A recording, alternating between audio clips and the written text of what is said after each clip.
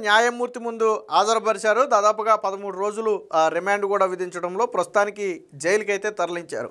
అయితే జోగి రమేష్ అరెస్టు సమయంలో ఒక పెద్ద హైడ్రామాని క్రియేట్ చేశారు. అనుచరులు కావచ్చు, కుటుంబ సభ్యులు కావచ్చు, ఒక హైడ్రామా క్రియేట్ చేయడంతో పాటు కొంతమంది పోలీసుల మీద దౌర్జన్యం కూడా చేశారు. అదే సమయంలో ప్రభుత్వ ఆసుపత్రి వద్ద అద్దాలై ధ్వంసం చేసి ప్రభుత్వ ఆస్తికి కూడా నష్టం కలిగించారు.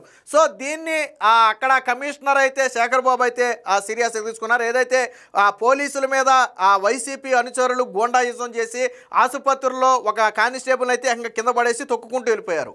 ఒక అడ్డుకునే ప్రయత్నం చేసినటువంటి ఒక ఎస్ఐ మీద అయితే దౌర్జన్యం చేయడమే కాకుండా ఆ సమయంలో బెదిరింపులు కూడా చేశారంట. నీ పేరేంటో చెప్పు, డిజిటల్ బుక్లో రాస్తాం, వచ్చిన తర్వాత నీకు భయం అంటే ఏంటో మేము పరిచయం చేస్తాం, సరిగ్గా 2 ఏళ్ళు గుర్తుపెట్టుకో, నీ అంతు చూస్తామని చెప్పి అక్కడ ఆ సమయంలో విధులు నిర్వహిస్తున్నటువంటి ఎస్ఐని ఏకంగా బెదిరించే పరిస్థితి. అంటే ఒక పక్క గోండాయిజం చేస్తూనే మరో పక్క నీ అంతు చూస్తామని చెప్పి బెదిరించడం. వాస్తవానికి అరెస్టు సమయంలో జరిగిన హైడ్రామా కంటే ఆసుపత్రి వద్ద హైడ్రామా ఎక్కువ నడిచింది. ఎందుకంటే కోర్టులో ప్రవేశపెట్టడానికి ముందు వైద్య పరీక్షలు చేయించడం అనేది ఎక్కడైనా జరిగేది. ఆ సమయంలో పెద్ద ఎత్తున అనుచరులు వచ్చారు. అయితే ఎమర్జెన్సీ ద్వారం వద్ద వాళ్ళందరినీ లోనికి వెళ్లకుండా, ఎందుకంటే ఆసుపత్రులు ఇంకా చాలామంది సిబ్బంది ఉంటారు, పేషెంట్లు ఉంటారు, వాళ్ళందరికీ ఇబ్బంది కలగకూడదు. పైగా వీళ్ళు ఏమైనా సైలెంట్గా వచ్చారా, జై జోగి జై జోగి అంటూ నినాదాలు చేసుకుంటూ పెద్ద ఎత్తున డిస్టర్బ్ చేసుకుంటూ వచ్చారు. ఆ సమయంలో ఎమర్జెన్సీ డోర్ వద్ద ఒక ఎస్ఐ, శివశంకర్ అనే ఎస్ఐ అడ్డుకునే ప్రయత్నం చేశాడు. అడ్డుకునే ప్రయత్నం చేస్తే ఆయన్ని పక్కకి నెట్టేశారు. ఆయన నెట్టేశారని చెప్పి కానిస్టేబుల్ అడ్డుకునే ప్రయత్నం చేస్తే ఒక కానిస్టేబుల్ని కింద పడేసి తొక్కుకుంటూ వెళ్ళిపోయారు. సో అదే సమయంలో ఎవరైతే ఎస్ఐ రెండోసారి మళ్ళీ తిరిగి అడ్డుకునే ప్రయత్నం చేశాడో ఎస్ఐని బెదిరింపులు కూడా చేశారు. దీని మీద పోలీసులు కేసు నమోదు చేసి A1గా జోగి రమేష్ భార్యనైతే పెట్టారు, A2గా జోగి రమేష్ పెద్ద కుమారుడు రాజీవ్ని, అలాగే A3గా జోగి రమేష్ చిన్న కుమారుడు కిట్టునైతే పెట్టడం జరిగింది. వీళ్ళ ముగ్గురితో పాటు మరికొంతమంది వైసీపీ కార్యకర్తల మీద కూడా ఇందులో కేసు పెట్టారు. ఇందులో 2 రకాల కేసులు ఉన్నాయి. ఒకటి ప్రభుత్వ ఆస్తులు ధ్వంసం చేశారని చెప్పి ఆ సెక్షన్లు పెట్టారు. రెండోది డ్యూటీలో ఉన్న పోలీసుల మీద దౌర్జన్యం చేయటం. సో దానికి సంబంధించి కూడా పలు సెక్షన్ల కింద అయితే పెట్టారు. దీనికి సంబంధించిన సీసీటీవీ ఫుటేజ్ మొత్తాన్ని కూడా పోలీసులు పరిశీలిస్తున్నారు. ఇంకా ఎవరెవరు ఆ రోజు దౌర్జన్యం చేశారు, ఎవరెవరు పోలీసుల మీద దాడికి ప్రయత్నం చేశారు, ఇందులో అద్దాలు పగలగొట్టిన వారిలో ఎవరున్నారనే విషయాన్ని పోలీసులు అయితే ఆ సీసీటీవీ ఫుటేజ్ ఆధారంగా గుర్తిస్తున్నారు. దాదాపుగా వీరితో పాటు ఒక 10 నుంచి 15 మంది వైసీపీ కార్యకర్తల మీద, నాయకుల మీద కూడా ఆ కేసు అయితే నమోదయ్యే అవకాశం ఉంది. పోలీసుల మీద దాడి చేస్తే ఎంతటి వారినైనా వదిలిపెట్టే ప్రసక్తే లేదని చెప్పి కమిషనర్ కూడా చెప్పడం జరిగింది. ఎప్పుడైతే అటు జోగి రమేష్ అంటే సరే అవినీతి చేశాడు, కల్తీ మద్యం స్కామ్లో ఉన్నాడు కాబట్టి, కల్తీ మద్యం విషయంలో ఉన్నాడు కాబట్టి అరెస్ట్ అయ్యాడు అర్థం ఉంది. ఆ సమయంలో హైడ్రామా క్రియేట్ చేయడం వల్ల వీళ్ళ మీద కేసులు పడ్డాయి. దీన్ని కూడా సానుభూతి మళ్ళీ వీళ్ళు దీని ఎలా కవర్ చేసుకుంటున్నారు వైసీపీ వాళ్ళు. ఆ రోజు ఆసుపత్రిలో జరిగిందేంటో చెప్పరు, అద్దాల పగలు కొట్టారని చెప్పరు, కానిస్టేబుల్ని కింద పడేసి తొక్కుంటూ వెళ్ళారని చెప్పరు, ఒక ఎస్ఐని బెదిరించారని చెప్పరు, ఎస్ఐ మీద దౌర్జన్యం చేశారని చెప్పరు. అటేమో జోగి రమేష్ మీద కేసు పెట్టారు, ఇటేమో భార్య మీద కేసు పెట్టారని చెప్పి సింపతి డ్రామాలు, సానుభూతి డ్రామాలు ప్రదర్శిస్తున్నారు సోషల్ మీడియాలో. జోగి రమేష్ భార్య మీద ఎందుకు పెట్టారు కేసు, వాళ్ళ కొడుకుల మీద ఎందుకు పెట్టారు? వాళ్ళ కొడుకు ఏకంగా సాక్షిలో బహిరంగంగానే బెదిరిస్తున్నాడు. చంద్రబాబు నాయుడు గుర్తుపెట్టుకో, అంతకు 2 తిరిగి చెల్లిస్తాం, ఏది మర్చిపోమని చెప్పి వాళ్ళు బహిరంగంగానే బెదిరిస్తున్నారు. వాళ్ళు వీళ్ళ వయసు ఎంత, వీళ్ళు మాట్లాడే మాటలేంటి? జోగి రమేష్ లాంటి వాడికే దిక్కులేదు, ఈడ్స్తాను తెలియ బొక్కలో కూర్చున్నాడు. వీళ్ళకి కనీసం పాలిటిక్స్ అంటే ఏంటో అర్థం కూడా తెలియని వీళ్ళు చంద్రబాబు గారిని నీ అంతు చూస్తాం, రెట్టింపిస్తాం, ఆల్రెడీ అలా ఇస్తేనే నీ బాబు వెళ్ళాడు. ఆల్రెడీ నీ బాబు చంద్రబాబు గారి ఇంటి మీద దాడి చేసినందుకు రిటర్న్ గిఫ్ట్ ఇస్తేనే ఈరోజు వెళ్ళి అక్కడ కూర్చున్నాడు. ఇంగిత జ్ఞానం లేకుండా మాట్లాడటం. నీ బాబుని అడిగితే చెప్తాడు విషయం ఏంటో. నీ బాబు పైకి గంభీరాలు పలికినా లోన విషయం ఏంటో మీ బాబుకి తెలుసు. కనీసం మీ బాబుతో 10 నిమిషాలు కూర్చుని నాన్న ఏంటి పరిస్థితి అంటే విషయం చెప్తారు. ఒరే బాబు వాళ్ళ జోలికి వెళ్ళకరా నాయన, అందరినీ మడతెట్టి లోన కూర్చోబెడతారని చెప్తారు. అంటే సాక్షి మైకి పెట్టగానే పాపం వీళ్ళకి పౌరుషం తన్నుకుంటూ వచ్చేది. చేసిందేమో ఏదో పని. అగ్రిగోల్డ్ స్కామ్లో లేరు మీరు, అగ్రిగోల్డ్ స్కామ్లో లేరు, అగ్రిగోల్డ్ భూములు అప్రంగా కొట్టేసే ప్రయత్నం చేయలేదా? తర్వాత జోగి రమేష్ ఏమో నాకు తెలియదని చెప్తాడా? అవినీతి చేసేసి అక్రమంగా రిజిస్ట్రేషన్ చేయించేసుకుని నాకు తెలియదని చెప్తాడా? మీ ఫ్యామిలీ చరిత్ర మొత్తం అదే కదరా నాయన.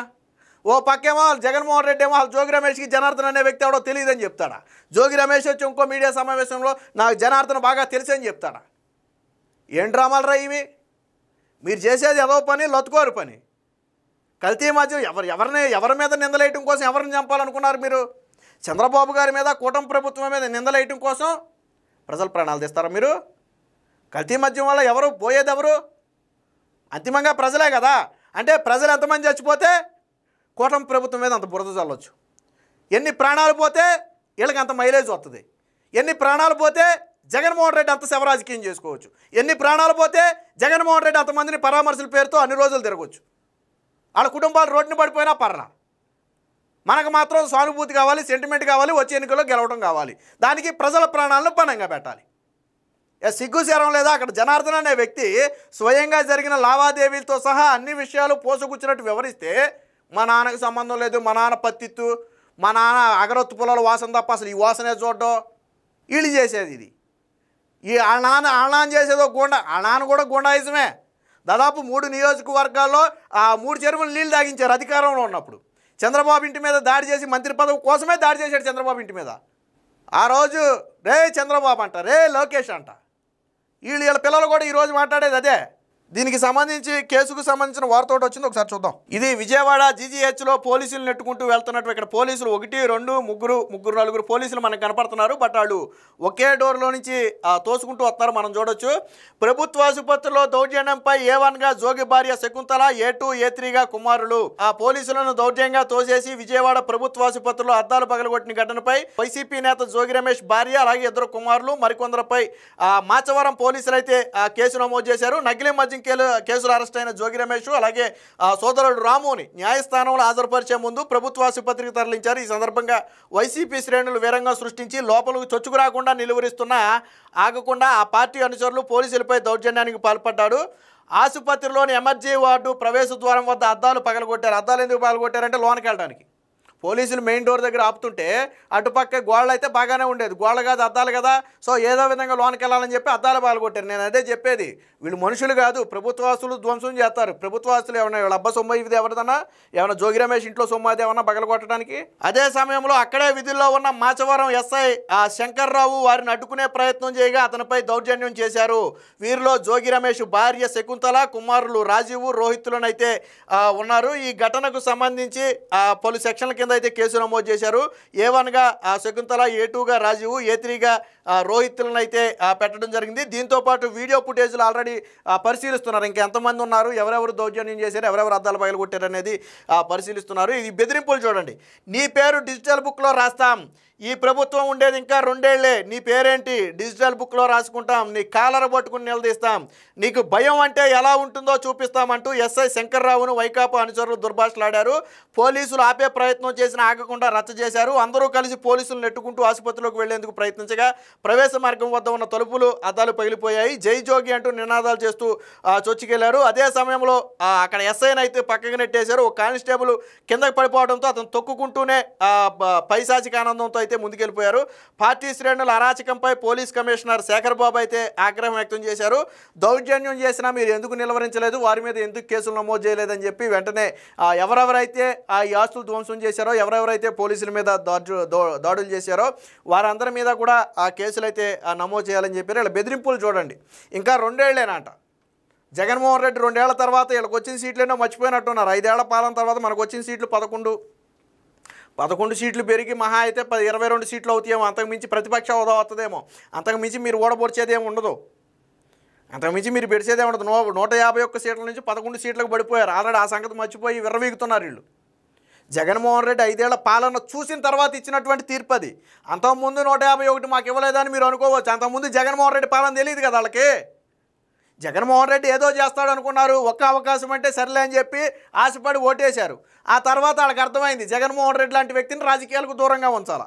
ఆయన ఎంత దూరంగా ఉంటే రాష్ట్రానికి అంత మంచిది. ఆ ఉద్దేశంతోనే 11 సీట్లు ఇచ్చారు. ప్రతిపక్ష హోదా కూడా ఇవ్వాల. ఇలాంటి వాడిని అసెంబ్లీకి తీసుకురావడం కూడా అనవసరం అనుకున్నారేమో కానీ ప్రతిపక్ష హోదా కూడా ఇవ్వాల. జగన్మోహన్ రెడ్డి మాత్రం ఇప్పుడు ఏమైనా రాష్ట్రంలో ఉన్నాడా? మొన్న వరదలు అయిపోయాక తాతీదిగా ఫ్లైట్లో వచ్చాడు, ప్రెస్ మీట్ పెట్టాడు, సాయంత్రానికి జంపు. వరద తుఫాను కూడా తీరం దాటిందో లేదో తెలియదు కానీ జగన్మోహన్ రెడ్డి మాత్రం రాష్ట్రం దాటి వెళ్ళిపోయాడు. ఇది వీళ్ళ చరిత్ర. వీళ్ళు బెదిరింపులు. నీ అంతు చూస్తాం, 2 ఏళ్లే గుర్తుపెట్టుకో. ఇవన్నీ జగన్మోహన్ రెడ్డి పోకడలు. ఇవి జగన్మోహన్ రెడ్డిని చూసి బాగా విర్రవీకి కొట్టుకుంటున్నారు వీళ్ళందరూ.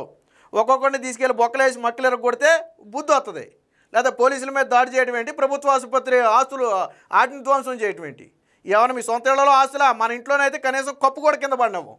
ప్రభుత్వ ఆస్తులు అనేటప్పటికి విచ్చలవిడిగా చేసేయటం. ఇలాంటి వారి మీద ఖచ్చితంగా కఠిన చర్యలు తీసుకోవాలి. ఏది ఏమైనా ఎంటైర్ కుటుంబ సభ్యుల మీద అయితే పోలీసులు అయితే కేసు నమోదు చేసినట్టుంది. దీని మీద విచారణ చేసి అవసరమైతే దీనికి నోటీసులు ఇచ్చి